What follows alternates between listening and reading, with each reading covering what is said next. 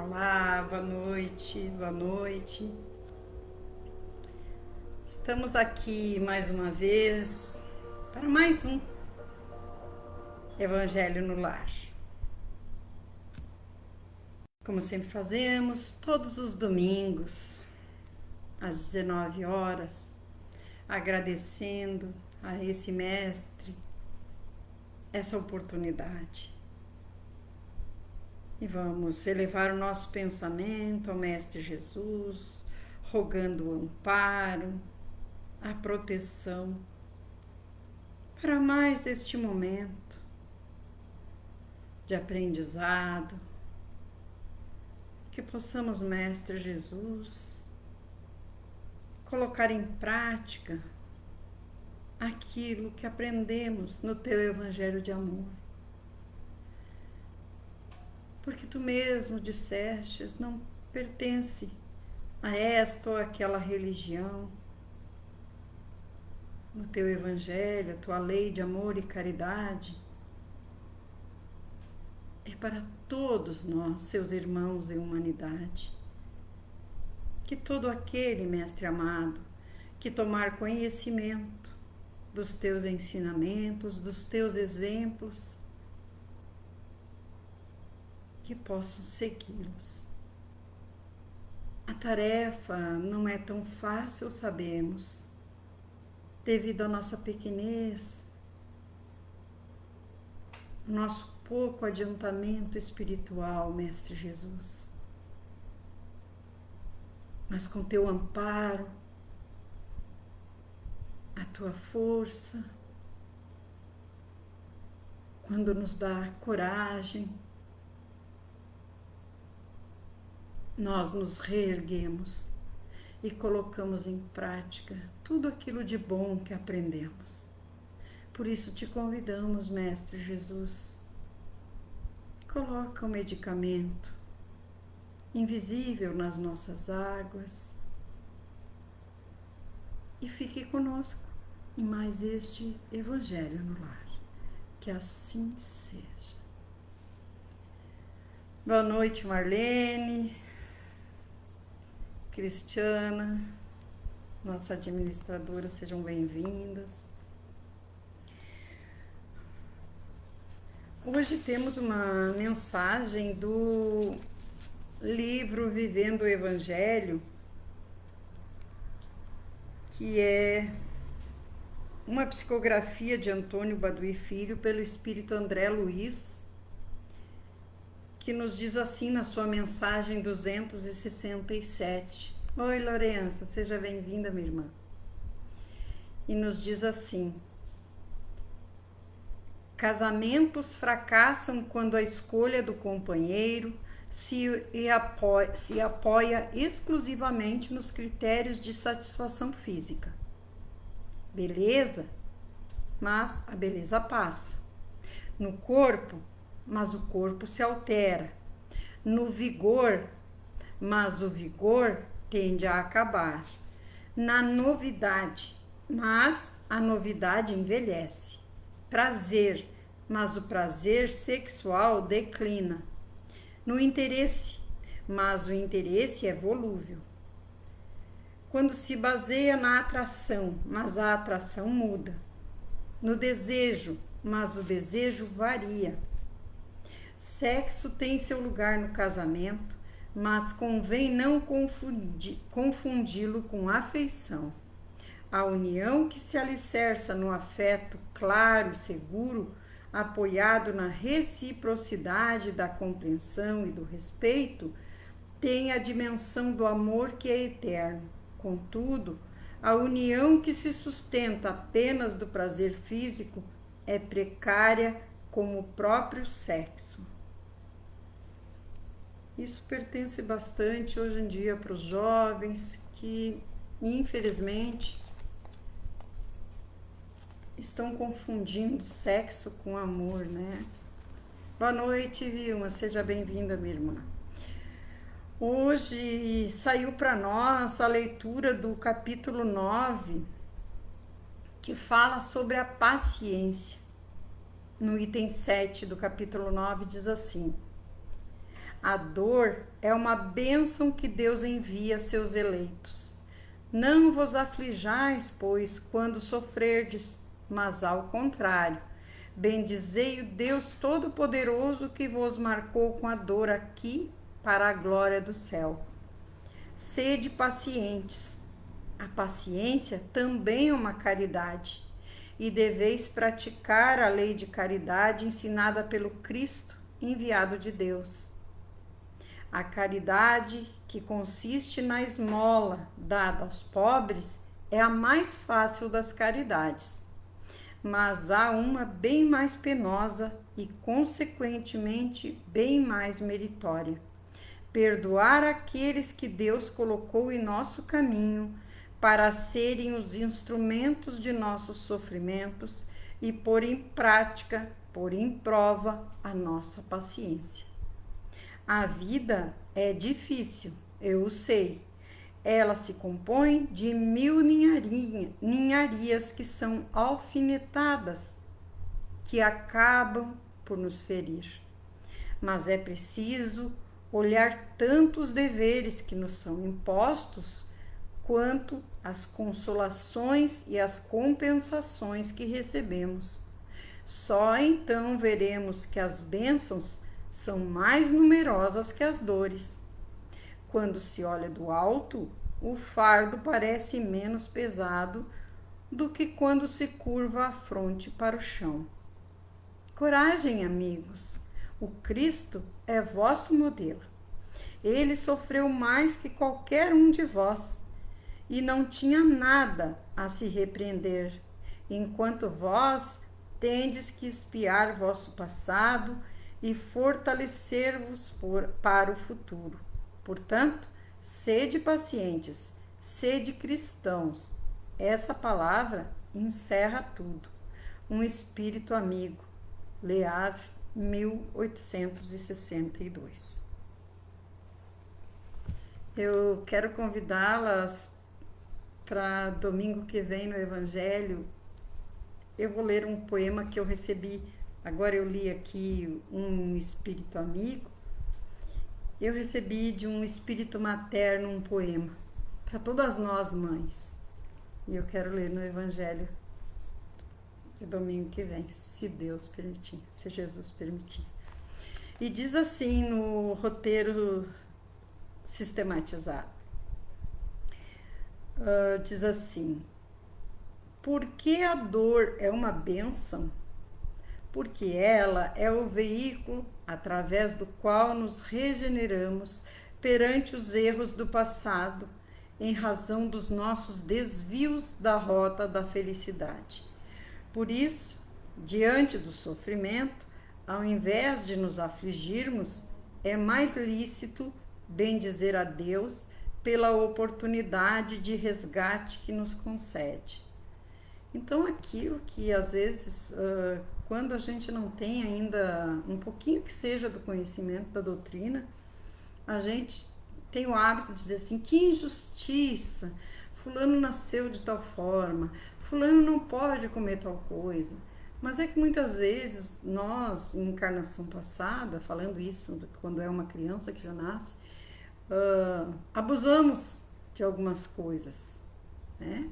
A mesma coisa que aquele que vem assim, como diz o Evangelho, palavra utilizada, idiotia, né? Aquele que não tem inteligência, vamos dizer assim, no corpo físico agora, né? Muitas vezes foi um político, abusou das pessoas, foi alguém muito inteligente que deu golpes. Então agora, provavelmente esse espírito mesmo tenha pedido para Deus para vir desse jeito, a fim de não aumentar o erro, de não aumentar a dívida. Porque estando assim num corpo debilitado, com a mente debilitada, não vai prejudicar ninguém. Então, sempre falamos, quando estamos nos grupos de estudo, sempre falamos isso, que a doutrina tira um véu da frente dos nossos olhos. Porque se nós fôssemos pensar que nós temos uma vida, erramos, vamos para o inferno. somos bonzinhos, coisa que ninguém de nós é, todos erramos ainda. Somos bonzinhos, vamos para o céu. Encerrou ali. Onde está a justiça de Deus? Se um nasce rico, outro nasce pobre. Se um nasce aleijado, o outro nasce perfeitinho. E às vezes na mesma família. Um nasce muito inteligente, o outro com pouca inteligência. Deus seria justo, bom, misericordioso? Aí não dá para conceber. Ou nós achamos que acreditamos nesse Deus, nesse Pai amoroso, justo e bom, ou nós vamos nos contradizer quando a gente diz: que pecado, fulaninho nasceu de tal jeito, que pecado, isso é uma injustiça. Não, não é uma injustiça. Injustiça nós estamos cometendo ao dizer isso. Então, por isso que dizemos que é tão bom que a doutrina vai nos esclarecendo. E nos diz assim, no roteiro: por isso, diante do sofrimento, ao invés de nos afligirmos, é mais lícito bendizer a Deus pela oportunidade de resgate que nos concede. É isso aí que está falando. Estamos resgatando alguma coisa. Sendo uma bênção, como explicar o fato de a dor se tornar insuportável, levando as pessoas ao desespero? Isso temos muitos fatos. De alguém que comete até o suicídio por não aguentar a dor. Temos um escritor do Memórias de um Suicida, ficou cego e cometeu suicídio. Alguns de nós não suportam. Deus não põe fardos pesados em ombros frágeis.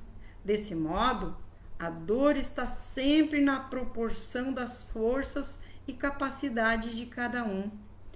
Logo, depende igualmente de cada um a iniciativa de buscar o meio para suportá-la, sem o que esta sempre parecerá maior do que é na realidade. Nós falamos isso entre as mães, que os filhos partiram, que nós aprendemos a driblar a dor. Colocarmos a nossa dor no bolso e ajudar uma pessoa, isso nos auxilia muito nessa caminhada. Quando a dor bate. Porque a dor do coração, a dor da alma é complicada. Então, a gente coloca a nossa dor no bolso e vai ajudar um irmão. Isso vai nos auxiliar na nossa caminhada evolutiva e vai nos fazer um bem enorme.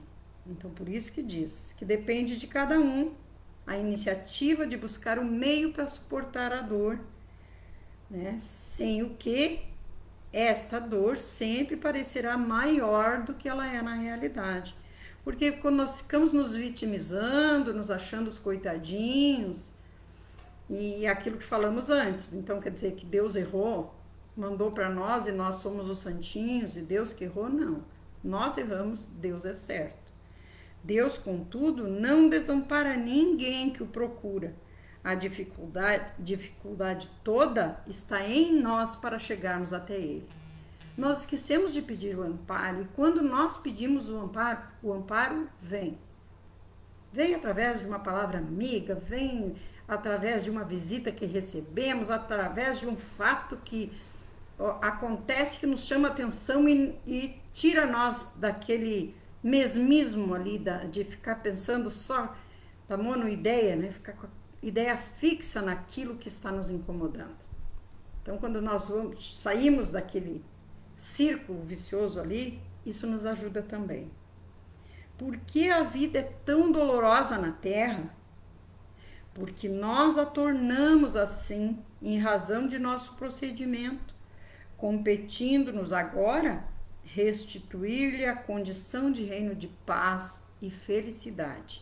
Ser feliz é ser bom e ninguém impede alguém de ser.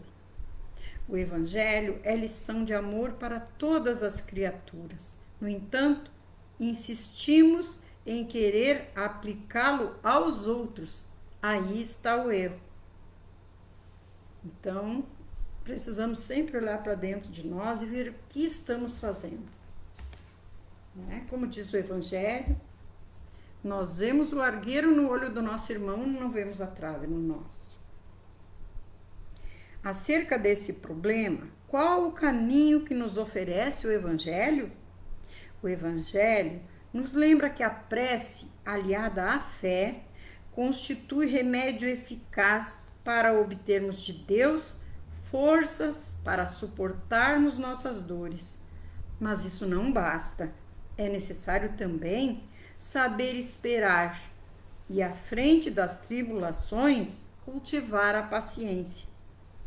Quando falamos aqui na dor física, por ser uma prova nossa, não significa que devemos ficar ali sofrendo e não ir buscar recurso. Não, nós temos que buscar o recurso médico e buscar também na oração.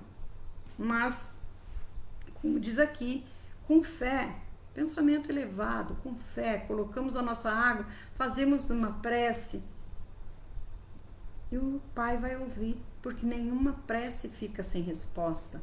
O que acontece muitas vezes é que nós pedimos hoje e já queríamos ontem, porque nós somos ainda imediatistas. Então nós precisamos compreender que não é no nosso tempo, é no tempo dele. Em todos os obstáculos por vencer e em todas as sombras por extinguir, engajemos a paciência a serviço do coração. Isso nos disse Emmanuel no livro Astronautas do Além. Porque a paciência é uma caridade?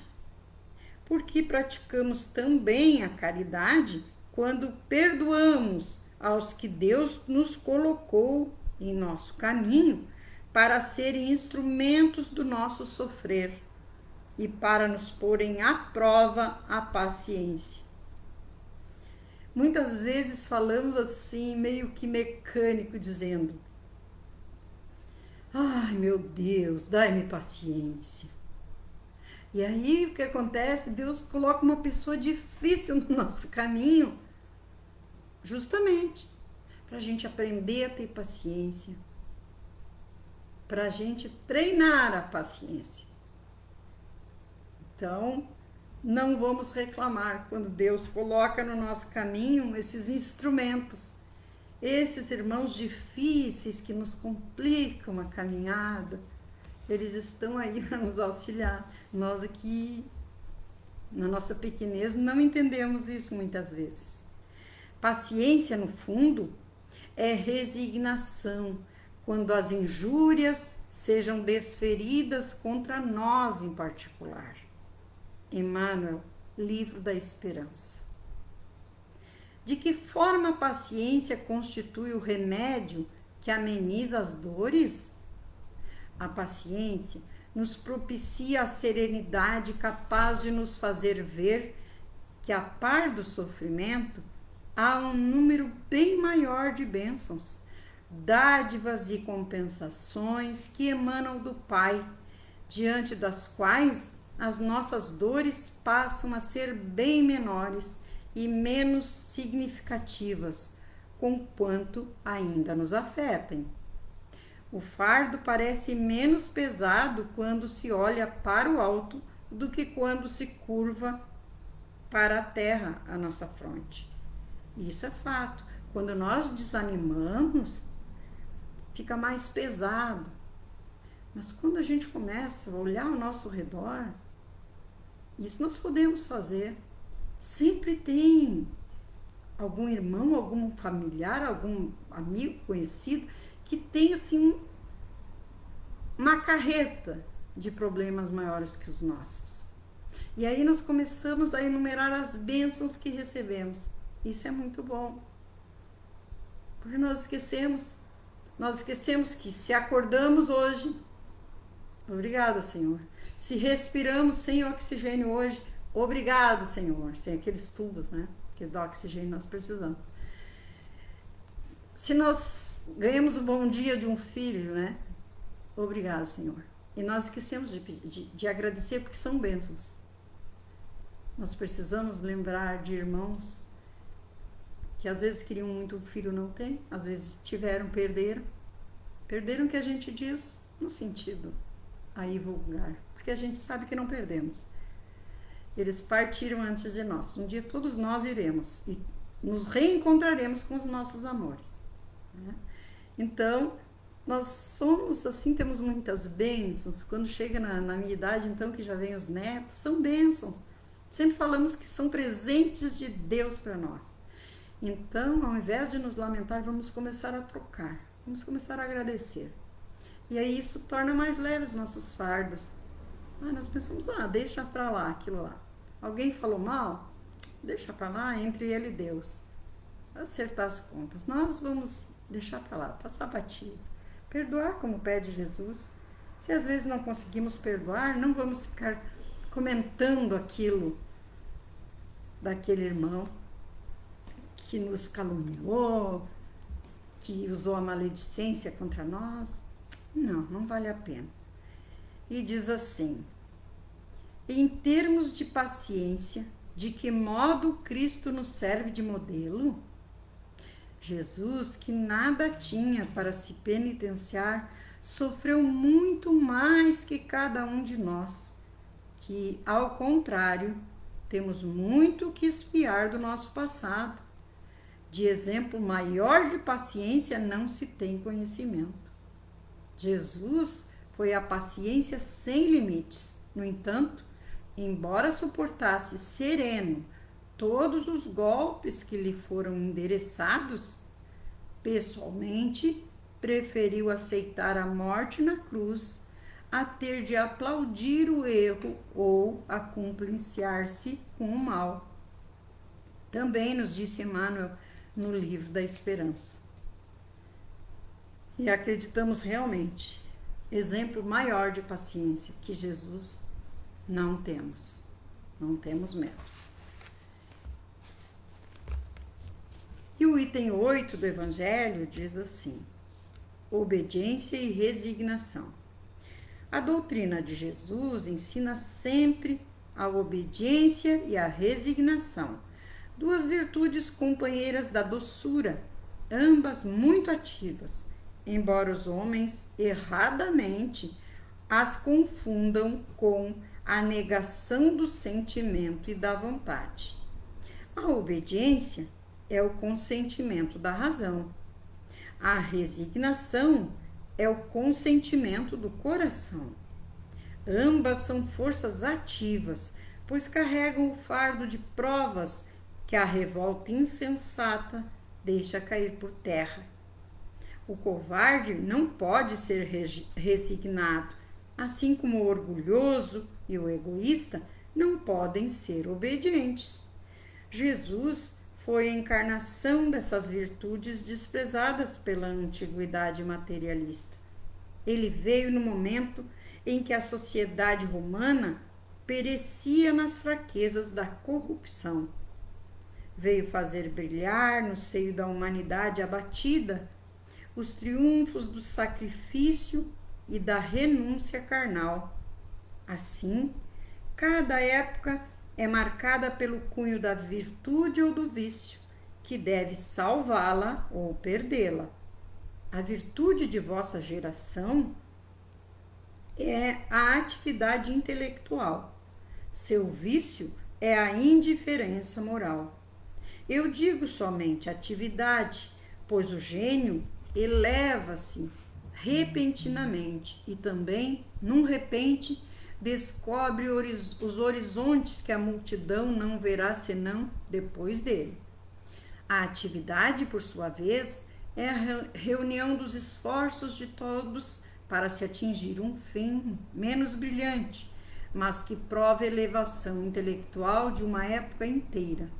Submetei-vos ao impulso que viemos dar a vossos espíritos, mas obedecei também à grande lei de progresso, que é a palavra de vossa geração.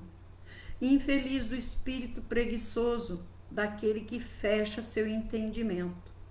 Infeliz, nós que somos os guias da humanidade em marcha, açoitá-lo-emos e forçaremos sua vontade rebelde na dupla tensão do freio e da espora. Toda resistência orgulhosa deverá ceder cedo ou tarde. Mas bem-aventurados os que são dóceis, pois darão ouvidos dóceis aos ensinamentos. Lázaro, Paris, 1863. Então vamos ver o que nos diz o roteiro sistematizado. Em que consiste a obediência aludida no texto? A obediência trata do cumprimento da lei de Deus, pelo estudo do Evangelho, pela prática do mesmo. Vamos ficando mais obedientes ao Pai, mais brandos e, consequentemente, mais felizes.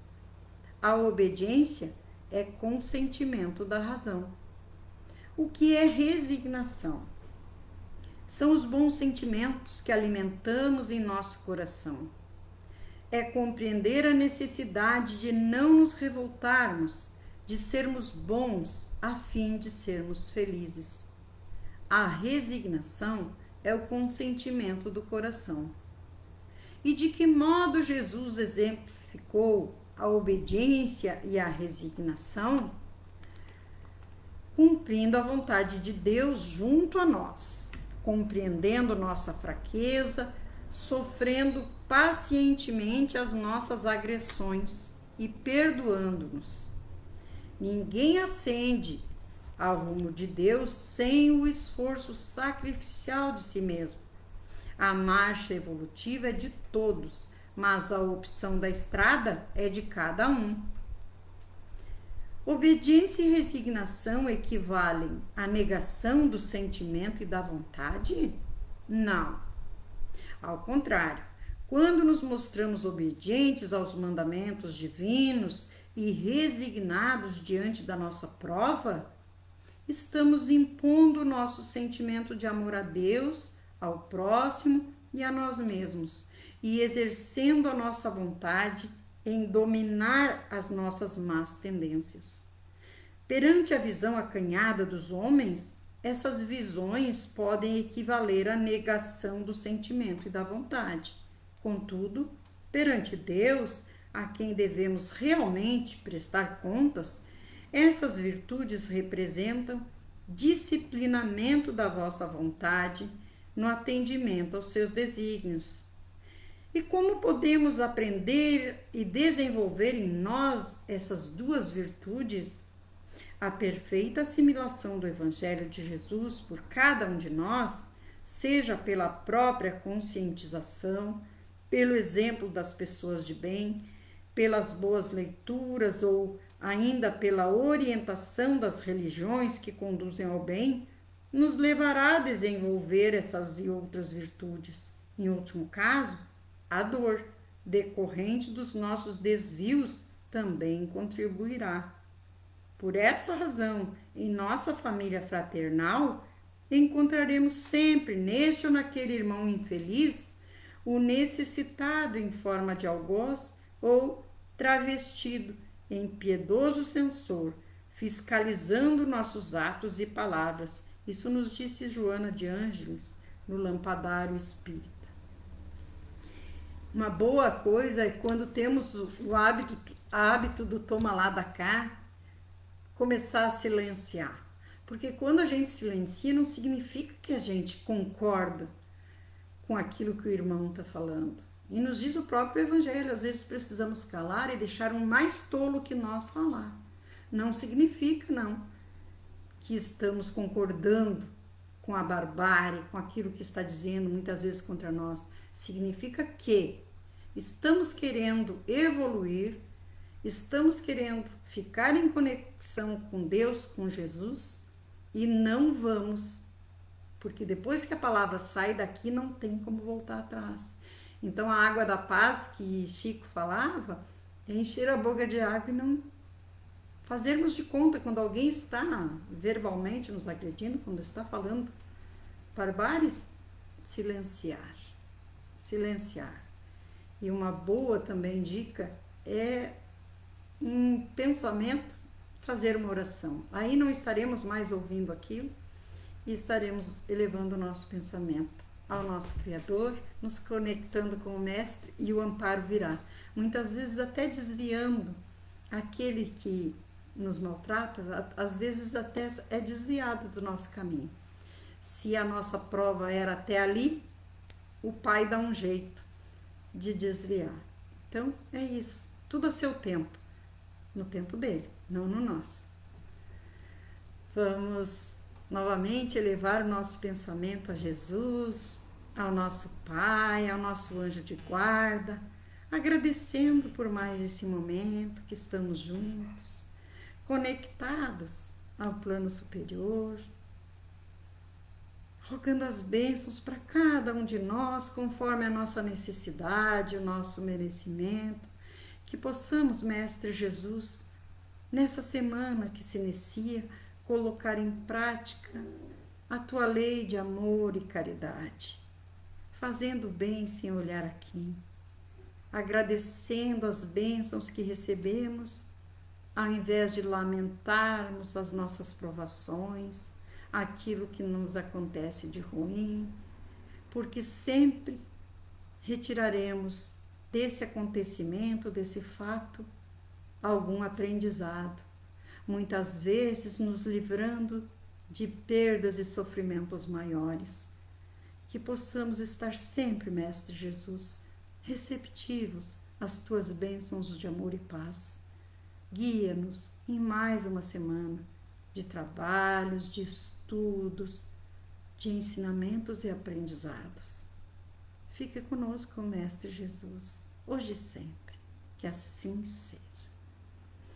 Boa noite, Janinha, mimosa. Um beijo no coração e até o próximo domingo, se Jesus permitir. Um beijo a todos os irmãos que aqui estiveram comigo.